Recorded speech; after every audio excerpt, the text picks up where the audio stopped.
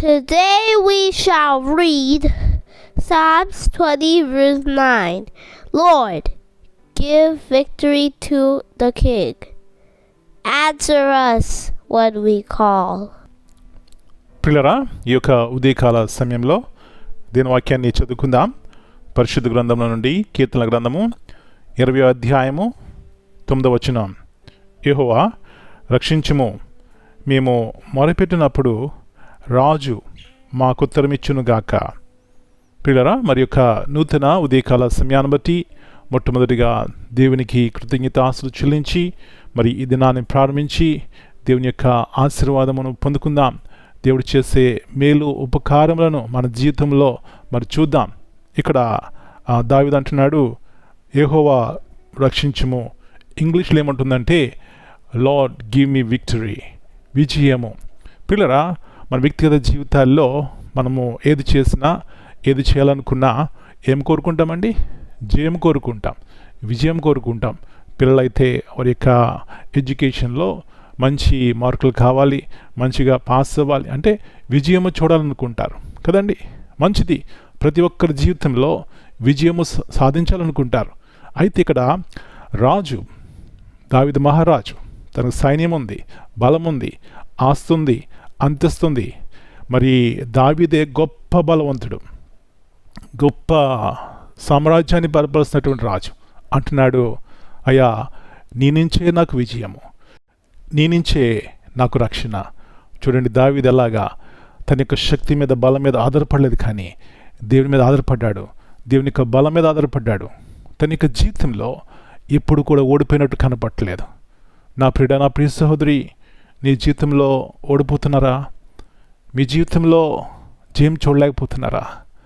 మరి ఆత్మీయ జీవితంలో ఆత్మీయంగా ఎదగలేకపోతున్నారా?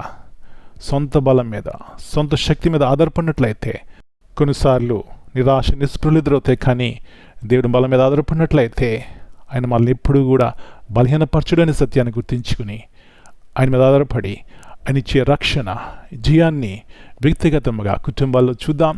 అలాంటి కృపను దేవుడు మనందరికీ దయచేయనుగాక. ప్రార్థన చేసుకుందాం. ప్రభువా, మహోన్నతమైన దేవా, మా జీవితాలకి ఆధారమైనటువంటి దేవా, రక్షణ మీ నుంచే నాయన. అందును బట్టి మీకు వందనాలు చెల్లిస్తున్నాం. తిరిగి జ్ఞాపకం చేసుకుంటున్నాం అయ్యా. దావీదు మహారాజు బలం ఉంది, శక్తి ఉంది, జ్ఞానం ఉంది, ఐశ్వర్యం ఉంది, అంతస్తు ఉంది. కానీ తన యొక్క సొంత బలం మీద ఆధారపడక మీ మీద ఆధారపడ్డాడు. కాబట్టి తన జీవితంలో ఎప్పుడు ఓడిపోయినట్లు మనకు కనపట్టలేదు. ప్రభువా, ఎన్నోసార్లు మా శక్తి మీద, మా జ్ఞానాన్ని మీద, తెలివి మీద ఆధారపడి నష్టపోతున్నాం. ప్రభువా, బలహీనమైపోతున్నాం. కానీ మీ జ్ఞానం కలిగి ఉన్నట్లయితే అది మమ్మల్ని సర్వసత్యంలో నడిపిస్తుంది. రెండవదిగా ఎప్పుడు కూడా మమ్మల్ని నిరాశపరచదు ప్రభువా. కాబట్టి ఈ సత్యాన్ని గుర్తించి ఉదయకాల సమయంలో ఎవరైనా మా ప్రియులు ఓడిపోతున్నట్లయితే మీ బలం మీద ఆధారపడ్డానికి సహాయం ఇచ్చేయండి, మీ రక్షణ మీద ఆధారపడ్డానికి సహాయం ఇచ్చేయండి.